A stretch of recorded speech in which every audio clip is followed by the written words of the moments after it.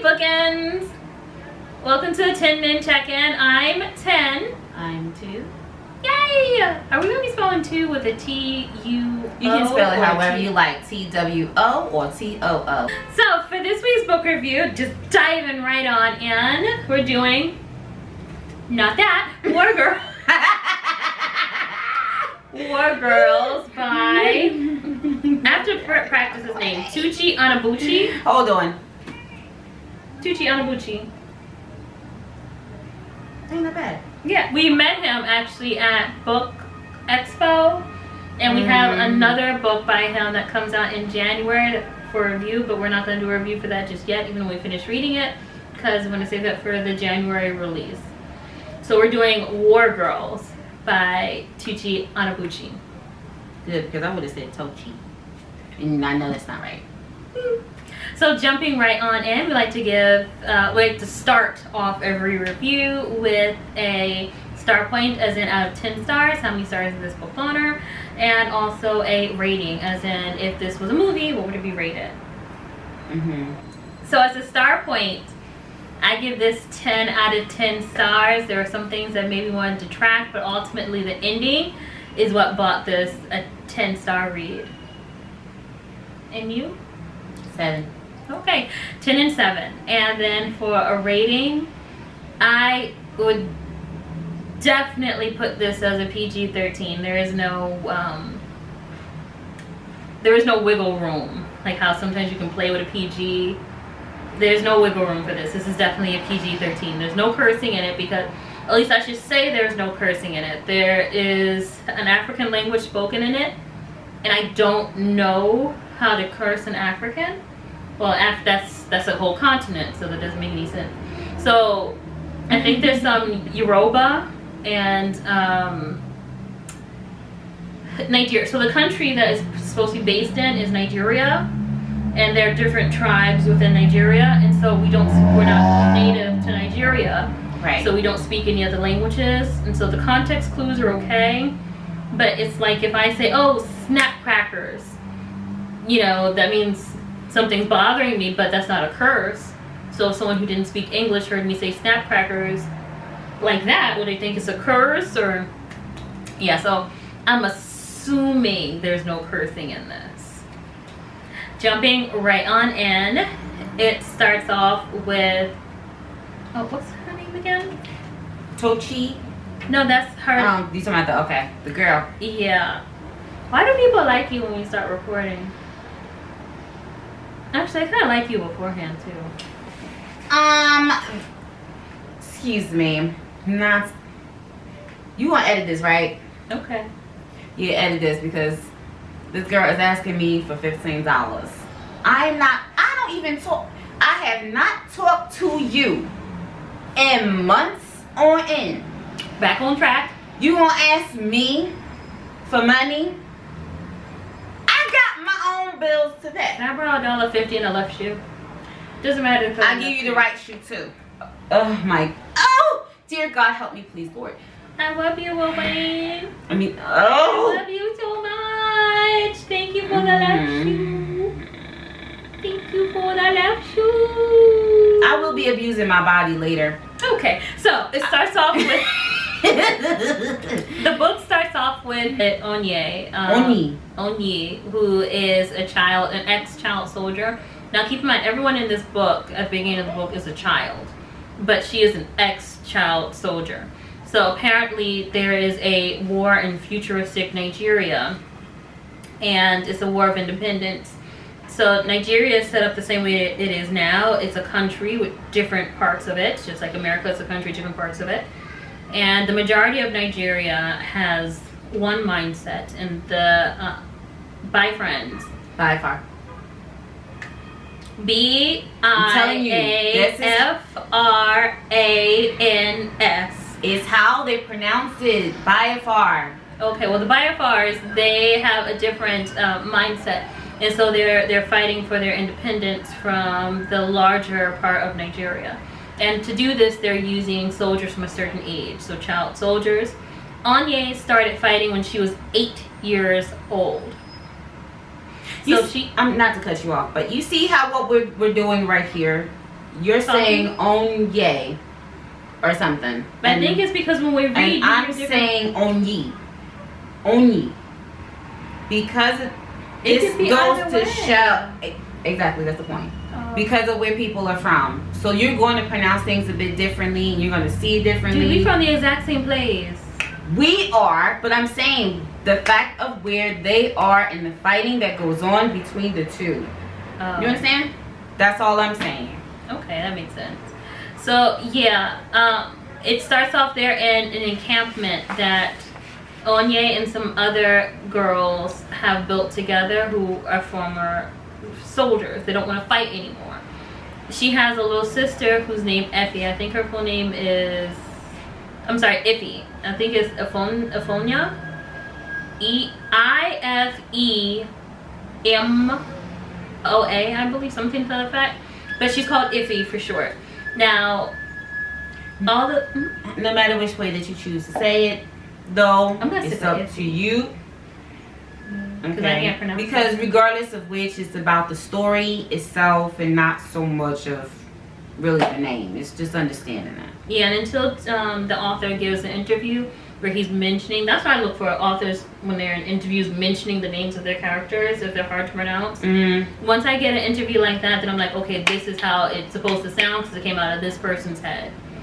But accent though. Yeah, Onyii, she is dark skinned.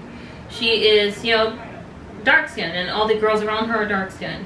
Her little sister, Iffy, is lighter skinned. I think she's described as being a sandy brown with purple eyes and like gold specks in her purple eyes. I like that. Yeah, and so she loves her baby sister. She loves her little sister.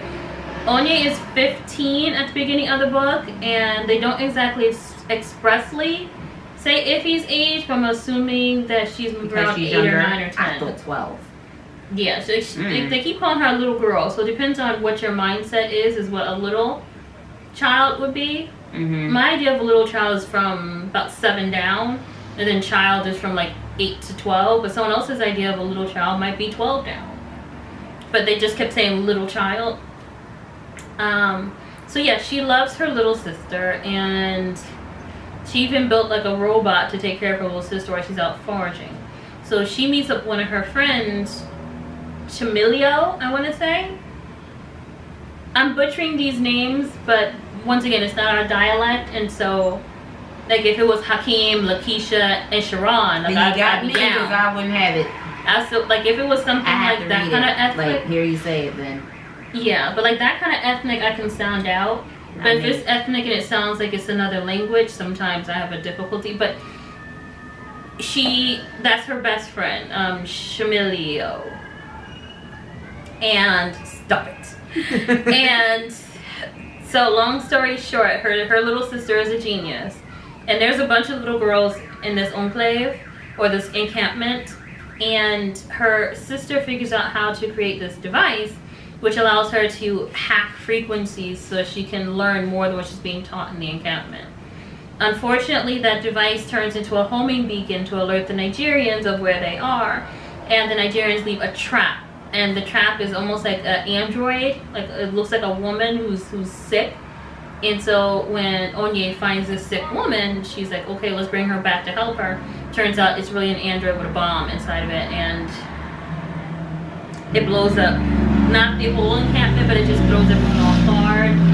And then the Nigerians start to attack, the fighting starts, and the war girls basically end up losing. And they take Iffy with them. Nigerians take Iffy with them. Now Iffy is like, I hate you all. But when she sees them, it's like, wait a minute, you look so much like me. Iffy finds out that she was really a Nigerian, and that her real family was killed in a raid many years ago. Now both Iffy and Onyii think the other one is dead. So Iffy sees a woman standing over Onyii about to shoot her and thinks, okay, well, my sister just died. Onyii later on sees a wreckage and sees a body that looks like Iffy's and think, oh my god, my sister just died. So this fuels them to do two different things.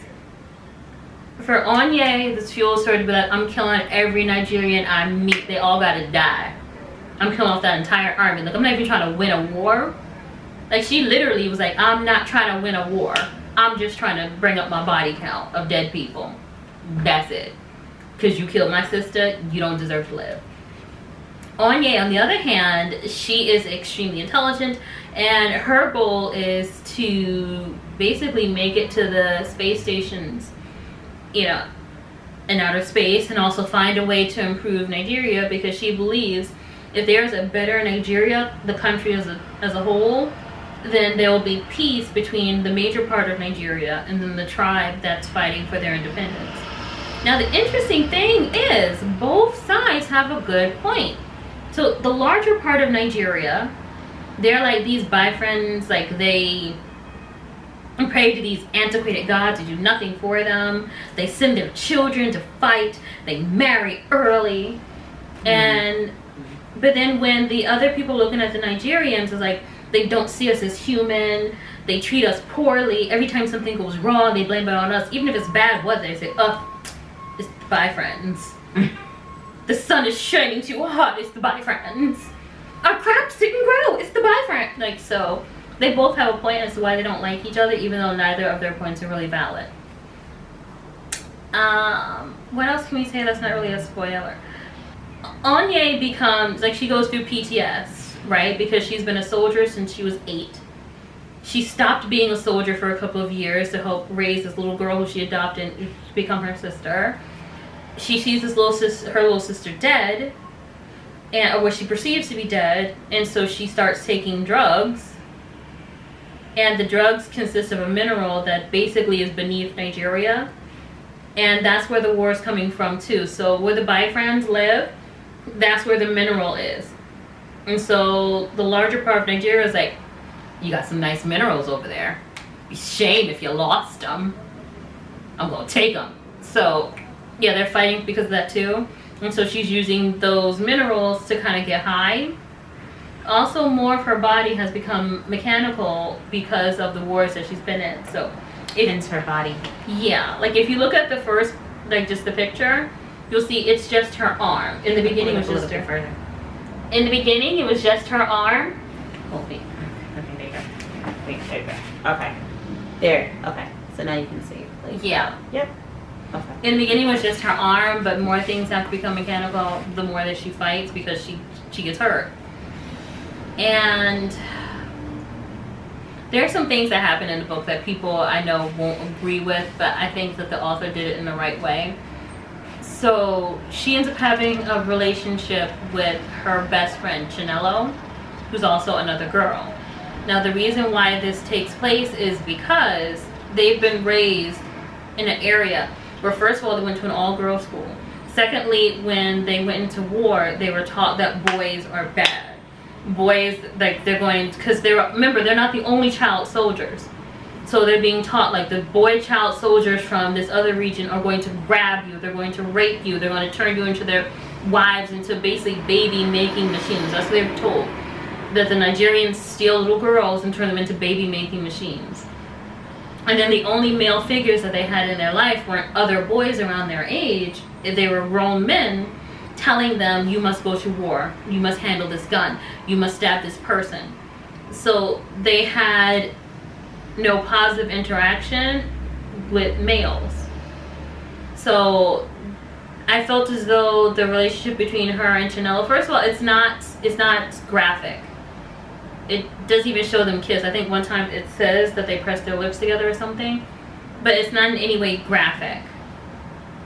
But it made sense, because if you have these girls who are being raised in an area that is female-centric, and the only male representation that they have is either the enemy who's going to rape me and turn me into a baby machine, or these grown men who are just telling me what to do with my life and not giving me any options of my own, then the only romantic option, if there would even be a romantic option, would be to turn in on oneself and look for someone like yourself. Her. Yeah.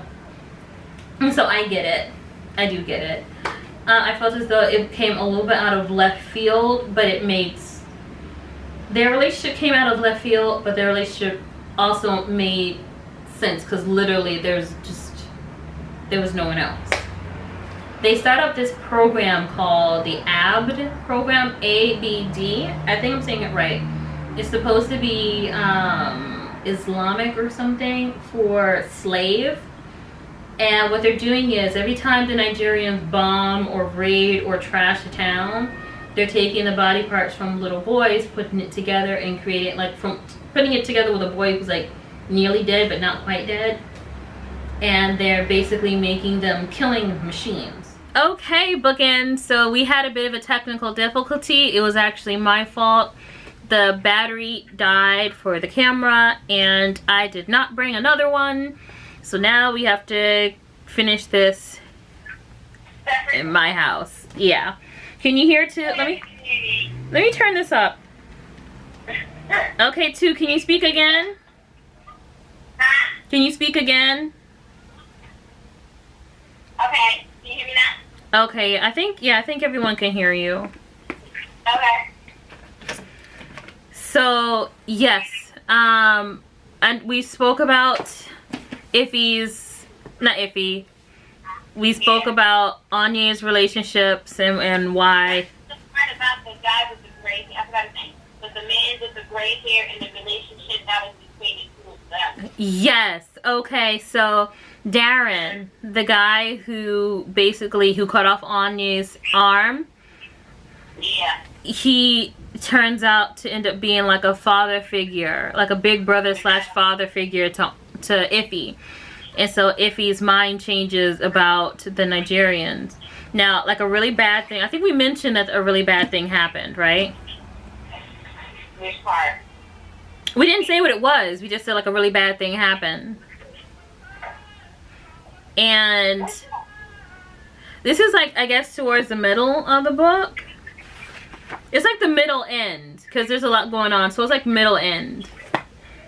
And so there's a lot of interesting this book is more so a discussion of what happens to children who are forced to mature early and make decisions that no child should ever have to make. As in, how am I going to kill this person? How do I survive this war?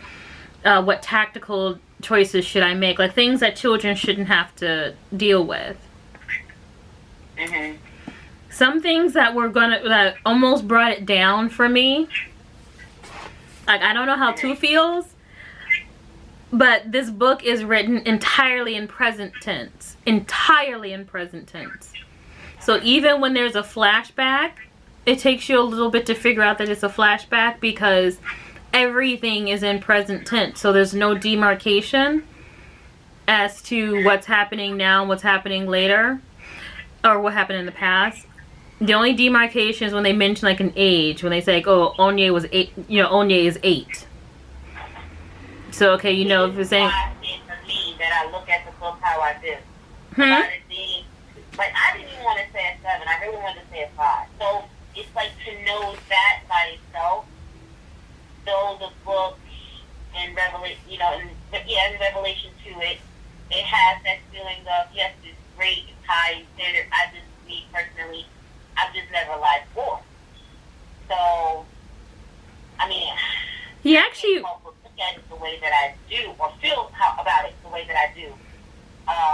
It's actually based on an actual war that happened though in 1967, like the Nigerian Civil War, which of course neither of us were in existence for. Iffy irritated my nerves. Not because she's a bad person. If you're looking for a book filled with action, there are action parts in it. But this isn't a war book. It's not like the novelization of Rambo or something. It's more so thoughts on how war affects children. There were some parts that I thought were gross. But maybe it's my American thinking that makes it gross. Like there's, in the beginning of the book, the way that Onyii makes things come alive, she spit. So there's some things that I think are gross, but it might just be my American brain. So it's like in the beginning, like when Onyii like makes something come alive, she spits. She has nanites inside of her, right? Computerized nanites, and so she can spit onto something, and the nanites from her mucus, goes into whatever it is she has. And so it animates based upon what she wants it to do. And in my mind, I'm just thinking, this is so flip-dipping disgusting. Like, you're spitting on something and now it does stuff. Like, this is gross. And so between that and the present tense, it nearly got like a 7, like how 2 says she gave it a 7. So for me, it nearly got a 7. But the fact of the story itself, the fact of where the story went, how completely it ended, like, I loved the ending. Not spoiling it for anyone, but the ending was wonderful. I think the person who had the most character change or most character development, basically every character was spoken for just about, so that's good.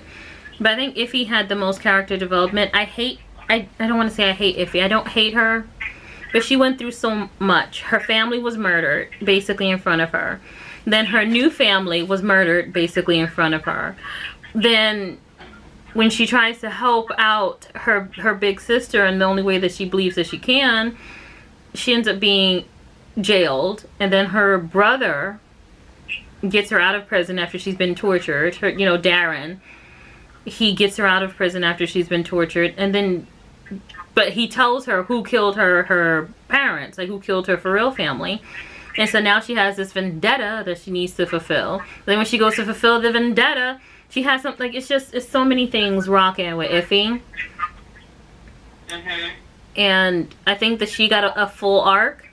I think with Onyii hasn't changed. Onyii was a child of war. She was 8 years old when she started being a soldier. And I think the book ends when she's about 19, 20. And she was a child of war. That is what it is. Yeah, so there was no... She was who she was, and that did not change. And I appreciate that because she was what she was. So yeah, this was a really, really good book. Would not recommend this for anyone under the age of 13. Although kids gonna do what kids gonna do. But would not recommend it for anyone under the age of 18. Would love to see this as a movie. Also, as a side note, side topic, whatever, people talk a lot about Afrofuturism and African Futurism.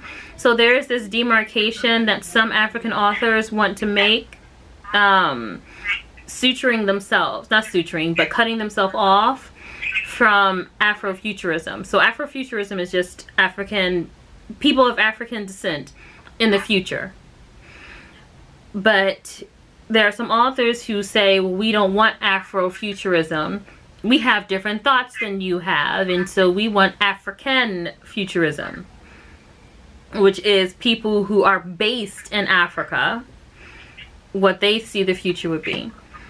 I love that Tochi wrote a book that is based in African Futurism, and he also wrote another book, Riot Baby, that comes out in January, which we're going to do a review for in January, that's based on African or Afrofuturism, showing that there really is no demarcation between these two genres because it's basically still black people in the future. So I really did love that. This is a really good book. He's a really good author. We can't wait to show more from him. Sue, did you have any other closing thoughts before we close up? I don't believe so. All right. Well, once again, this has been a review for War Girls by Tochi Onyebuchi. Thank you so much for watching. If you like what you see, please like and subscribe. Bye, Bookends. I have a question. What? What other books will we doing? Like next week? No. Are we doing only black books and that's it? No, you know that. No, I don't. The next book that we're doing is, I don't have it next to me, I think it's on my bed somewhere, but the next book that we're doing is The Toll. Because remember, we love Neil Shusterman. We're going to go see him in New York.